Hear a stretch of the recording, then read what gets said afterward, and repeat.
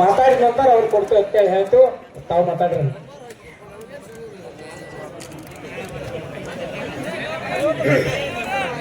ಎಲ್ಲ ನಾಡಿನ ಸಮಸ್ತ ರೈತ ಬಂಧುಗಳೇ, ಅನ್ನದಾತ ಪ್ರಭುಗಳೇ, ಸಾಯಂಕಾಲದ ಎಲ್ಲರಿಗೂ ನನ್ನ ನಮಸ್ಕಾರಗಳನ್ನು ಹೇಳ್ತಾ, ಈಗ 3ನೇ ದಿವಸದ ಹೋರಾಟ ಇದು.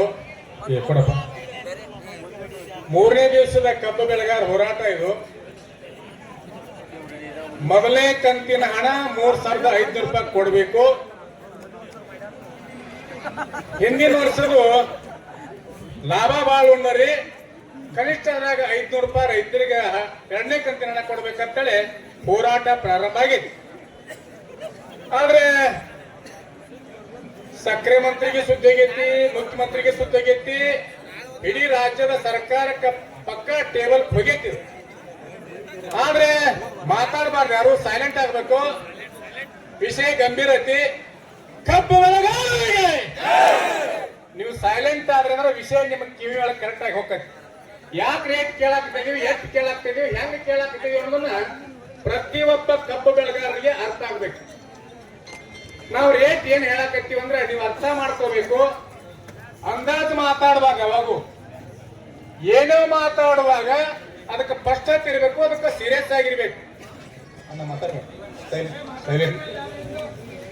ಯಾಕೆ ಇದನ್ನ ಹೇಳ್ತೀವಿ ಅಂದ್ರೆ, ಈ ರಾಜ್ಯದ ಮುಖ್ಯಮಂತ್ರಿ ಆಗಿರ್ಲಿ, ಇದೇನು ಸಕ್ಕರೆ ಮಂತ್ರಿ ಶಿವಾನಂದ ಪಾಟೀಲ್ ಆಗಿರ್ಲಿ, ಈ ಕಾರ್ಖಾನೆ ಮಾಲಕರಾಗಿರ್ಲಿ, ಕಬ್ಬು ಬೆಳೆಗಾರನ ಮತ್ತು ಕಾರ್ಖಾನೆ ಮಾಲಕರನ್ನ ಮತ್ತು ಸರ್ಕಾರಗಳನ್ನ ಕುಂಡಿಸಿ ಮಾತುಕತೆ ಚರ್ಚೆ ಮಾಡುವಾಗ ನಾವೇನ್ ಹೇಳಬೇಕಾಗೈತಿ, ನಾವೇನ್ ಚರ್ಚೆ ಮಾಡಿಯೋಣ ಅನ್ನೋದನ್ನ ಈಗಾಗಲೇ ಬಹಳಷ್ಟು 2-3 ಸುತ್ತಿನ ಚರ್ಚೆ ಆಗೈತಿ. ಈಗ ನಾವೇನ್ ಹೇಳಿವಂದ್ರೆ, ಸ್ನೇಹಿತರೆ ಎಲ್ಲರೂ ಅರ್ಥ ಮಾಡ್ಕೋರಿ. ಏನ್ ಕೇಂದ್ರ ಸರ್ಕಾರದಾಗ FRP ದರ ನಿಗದಿ ಆಕತ್ತಲ್ಲ, ಭಾರತ ಸರ್ಕಾರ ನಿಗದಿ ಮಾಡ್ತಿರಲ್ಲ, ಅಲ್ಲೇ ಮೊದಲ 8 ರಿಂದ 8.5 ಲಿಕೋರಿಗೆ FRP ದರವನ್ನ ನಿಗದಿ ಮಾಡ್ತಿದ್ರಿ. ಈಗ ಏನ್ ಮಾಡಿರಿ ಅಂದ್ರೆ ನೀವು ಬಹಳ ಮೋಸ್ತನ 10.25ಕ್ಕೆ ತಂದಾರ ಅದನ್ನ. ಅಂದ್ರ ಕನಿಷ್ಠ 1.5ರಿಂದ 2 ರಿಕೋರಿ ಜಾಸ್ತಿ ಮಾಡ್ಯಾರ, ಮುಂದ್ ತಂದಾರ ಅದನ್ನ.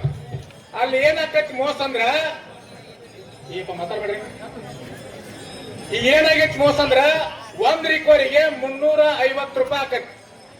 1 ರಿಕೋರಿಗೆ 350 ರೂಪಾಯಿ ಅಂದ್ರೆ 2 ರಿಕೋರಿ ಹೋತಂದ್ರ 700 ರೂಪಾಯಿ ನಮ್ಮದು ಮೋಸ ಆಗೈತಿ. ಇದು ಭಾರತ ಸರ್ಕಾರ ಮಾಡಿದಂತ ಮೋಸ ಇದು. ಆಮೇಲೆ ಈ ಕಾರ್ಖಾನೆಗಳು ಮಾಡುವಂತ ಕಳ್ಳತನ ಏನಾಗೈತೆ ಅಂದ್ರೆ, ಕಟಾವು ಮತ್ತು ಸಾಗಾಣಿಕೆ ಒಳಗೆ ಏನ್ ಮೋಸ ಮಾಡಾಕತ್ತಾರ ಇವ್ರಂದ್ರ, ಕನಿಷ್ಠ 250ರಿಂದ 300 ರೂಪಾಯಿ ನಮ್ಮ ರೈತರಿಗೆ ಹಾಕಾಕತ್ತಾರ. ಇದನ್ನ ಹೌದು ಪಕ್ಕ ಸರಿ ಅಂತೇಳಿ ಕಾರ್ಖಾನೆ ಮಾಲಕರು ಮಣ್ಣು ಬಾಗಲಕೋಟೆಗೆ ಒಪ್ಕೊಂಡಾರ ಇದನ್ನ. ಆದ್ರೆ ಆ 700 ರೂಪಾಯಿ ಮೋಸಕತ್ತೆ, ಅದನ್ನ ಈ 300 ರೂಪಾಯಿ ಸೇರಿಸಿ ಎಷ್ಟಾಕತ್ರಿ, 1,000 ಆಕತ್ತೆ. ಆ 1,000 ರೂಪಾಯಿ 3,000 ಸೇರಿಸಿ ಎಷ್ಟಾಕತ್ತೆ. ಇದು ಲೆಕ್ಕಾಚಾರ ಇಲ್ಲೇ ಎಲ್ಲೇ ಎದಕಿ ಮ್ಯಾಣಿತ್ತ, ಇಲ್ಲೇ ಹಾಗಣಿತ್ತ, ಹಾಯ್ ಟಾಟಾ ಅಂತ ಹೇಳೋ ಲೆಕ್ಕ ಅಲ್ಲಿದ. ಈ ರಾಜ್ಯದ ಮುಖ್ಯಮಂತ್ರಿ ಅಥವಾ ಸಕ್ರೆ ಮಂತ್ರಿ ಈ ರಾಜ್ಯದ ಕಾರ್ಖಾನೆ ಮಾಲಕರ ಮುಖಾಂತರ ಮಾಡಿದಂತ ಚರ್ಚೆಗಳಿವು.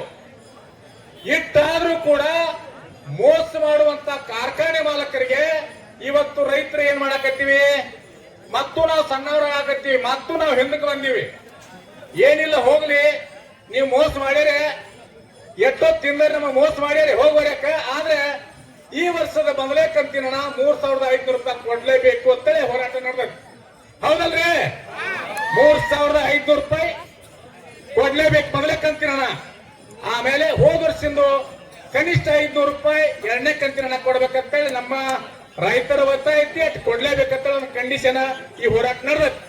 ಆ ದೃಷ್ಟಿಯಿಂದ ಇಲ್ಲಿ ಕೂಡಿರುವಂತ ಸಮಸ್ತ ರೈತರಿಗೆ ನಾನು ಹೇಳುವುದಿಷ್ಟೇ, ಬಹುಶಃ ನೀವು ಬಹಳಷ್ಟು ಜನ ಬ್ಯಾಸರಿಕೆ ಮಾಡ್ಕೊಂಡಿರ್ತೀರಿ ಅಥವಾ ಟೆನ್ಷನ್ ಮಾಡ್ಕೋತೀರಿ. ನೀವು ಏನ್ರಿ 3-4 ಬರಾಕ್ತಿವಿ, ಬರೀ ಭಾಷಣ ಮಾಡಾಕತ್ತಾರು, ಬರೀ ಅವ್ರನ್ನ ಬೈತಾರು, DC ಬೈತಾರ ಅಂತೇಳಿ ನಿಮಗೆ ಅನಿಸಿರಬಹುದು. ಆದ್ರೆ ಒಂದು ತೀರ್ಮಾನಕ್ಕೆ ನಾವು ತಗೋಬೇಕಾಗತ್ತೆ. ಸಂದರ್ಭ ಇದ್ರೆ ಎಚ್ಚರಿಕೆ ಕಾರ್ಖಾನೆ ಮಾಲಕರಿಗೆ, ಈ ರಾಜ್ಯ ಸರ್ಕಾರಗಳಿಗೆ ಏನ್ ತೀರ್ಮಾನ ತಗೋಬೇಕ ಸಂದರ್ಭ ಇದ್ರ ಅಂದ್ರೆ ಸಕ್ಕರೆ ಕಾರ್ಖಾನೆಗಳು ಈಗಾಗಲೇ ನಿಮ್ಗ ಇಲ್ಲೇ ಯಾವುದು